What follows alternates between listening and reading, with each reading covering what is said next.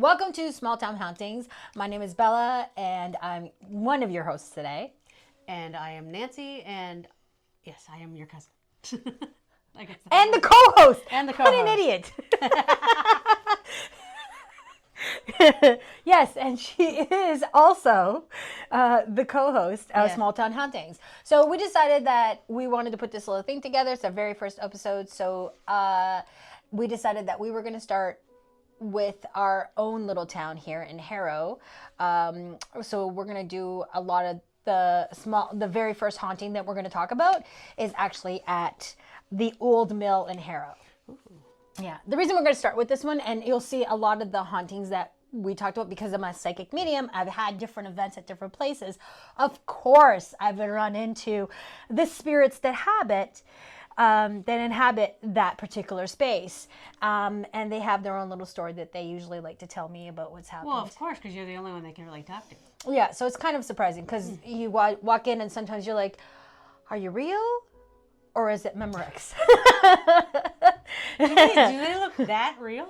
Some are really? So visual that, because when you see it from the corner of your eye, a lot of times you see it from the corner of your eye. It's rare that you actually see it face on. Okay. I mean, for them to be able to manifest like that in front of you, that's a powerful spirit, and you might not want to hang out with that one. See, yeah, I've never actually seen a person. I've heard like disembodied voices. No, I've seen a person. And I've seen somebody from the corner of my eye. I get that, like the shadow running by. Yeah, no. I've seen it where it was like, you see it from the corner of your eye, and then you turn and you look, and you see partial the person. It's almost like they're hiding behind a pillar or something like that, which is what happened with this one here. And then you kind of like look again, and when you look the second time, it's when it's like, oh no, you didn't imagine that it's really me. So, but I had an interesting history with this. So we're going to get into it. And I don't know if I actually told you the story about this, but we're going to get into it. We're going to talk about a little bit about the history of the old mill because it's really interesting as well. I've been to a couple of events there. It's a great space. Yeah. So let's just go. And now, what different people have said that the mill, I mean, they did an amazing job in renovating and stuff, but I've talked to different people and they said that it's at night, it does have a kind of a spooky feel. Well, even during the day, because they kept their traditional, like, old mill, the wood, and everything, but everything, but old mill, I mean, it's still going to be spooky. It's an old mill. It's going to be, it's going to be spooky during the day, too. Yeah. So, the old mill was constructed in the late 1800s during a period when Harrow was booming thanks to its position along the important railway and the trades route. It served as a grist mill, grinding grain for local farmers. This was back when the mill wasn't just a business, it was the lifeline of the community. Doesn't sound exactly safe to work in. No, not at all. So it had a lot of exposed belts and wheels, powered by steam or water. There was no safety laws back then, of course. There was no unions. There's no unions. And injuries were common. More than one child was known to help out in the shop. Harrow, like many towns of the time, was built on the backs of hardworking families, many of whom had children helping out in the jobs. So it's not like they had child labor laws back then. No, that's true. I mean, that's hard to have. You have kids working during heavy equipment. I mean, technically, I did that as a child. We all did. We're children of immigrant parents. Yeah, farmers. I was 8 years old on a planter. Nobody ever thought about maybe me rolling in and getting run over by it. Well, a lot of times, back then, schooling, I mean, you would go to school. Yeah, you would go to school if you could afford it. Yeah. There wasn't a lot of people that would go to school. So a lot of it is you had to work in order to be able to help put food on the table, because one of the mouths that you were help feeding is yours, and there wasn't a whole lot of food going around. Right. No such thing as you do chores because we pay you to live here. You don't get an allowance. That's how we were raised too. Yeah. So it's needless to say, there's been a lot of different things in the building that holds a lot of memories, because that's what buildings do, especially if there's a lot of tragedy and things there. And the old mill has its own share of tragic stuff that happened. So my first encounter, though, with the little boy that was part of the old mill, because it was a child that came to me, and I would say probably the child was probably about 12. It was a dream. Okay. I had no inclination or anything about doing anything at the old mill. And this was like probably a good year before I actually did any type of event at the old mill. Okay. I was just one day I was dreaming, as I normally do. I was laying in bed and I was dreaming, and the part that I remember about the dream is I don't remember how I got there, and I don't really remember too much about how it ended, but I remember I was in the old mill. I had never been inside, so I didn't know what it looked like. Okay. And I was trying to find, I was in there, and there was this little boy, and he was leading me around. I had gotten in there, and there was like a corridor kind of thing, and he was like beckoning me to follow him. Now I remember, like, the little boy, he looked like he was from the 1800s. This is the real thing about it. He had like those, those news hat like kind of thing. Yeah, and he had like coveralls on, suspenders. It's that typical. And I was just like, and it didn't fit with what he was wearing. Didn't fit with what the aesthetics and the era of my dream was, because my dream was taking place in this time. Okay. But he looked like he was from a past time, and it's almost like I'm seeing the dream again. And he kept saying to me, come with me, follow me. We need to get out of here because there's a fire. And he would smell smoke. He was telling me there's smoke. And all of a sudden I look out, and it was just like covered in smoke. But before this, there was a part before this that I was looking for the bathroom, to go to the bathroom. I needed to go to the bathroom. And that's how I encountered him. I was looking around. I had been there at a party, which I had never been there before. And since then, we did go to a party. We went to a wedding. There was no bathroom in there. So I remember like looking around for this bathroom, and I ran into this child dressed in this like thing, and we were there for a party. And I was just remember going, do you know where the bathroom is? And he's like, you need to follow me.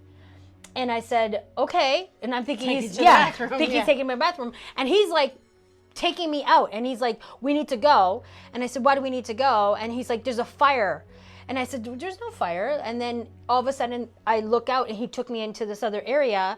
And it was like, which isn't where the old mill is now, but he took me to something else, and it was just like everything was engulfed in smoke, and I couldn't breathe. And he was like, you need to follow me, and literally help me go out of the old mill.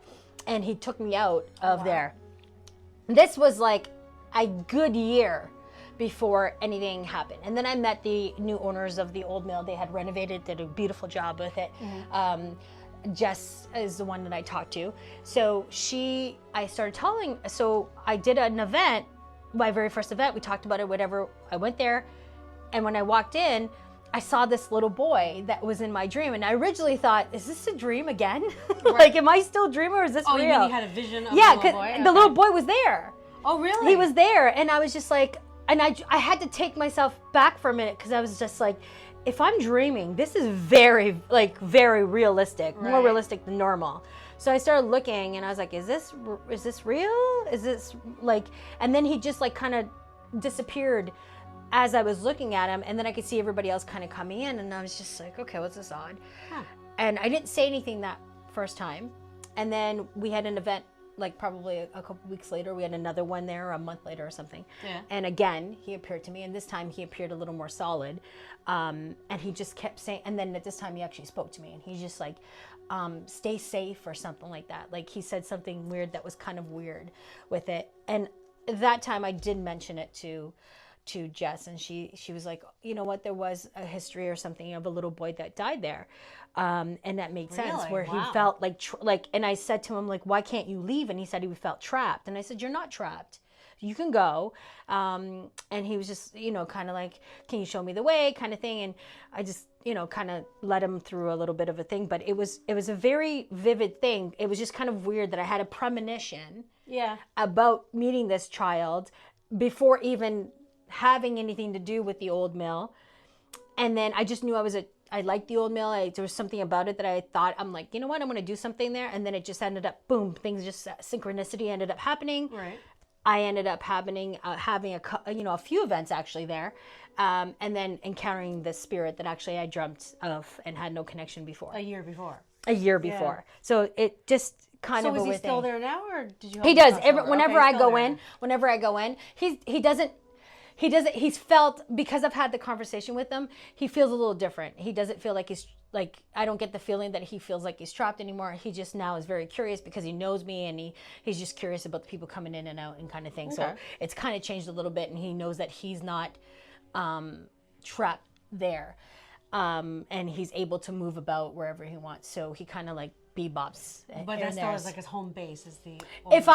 I don't know where he goes when I'm not there. Oh, okay. So I just know that when I go in to do an event there, he shows up, and he'll usually come in and say hi, and then he usually just bebops out. He'll come in and out every so often. I'll see him, just because when I'm there doing an event, there's usually a lot more energy there because there's a lot of different people. So I'm sure he's just curious because now he's meeting all these other people on the spirit side. Because it was closed down for quite a while, right? Yeah.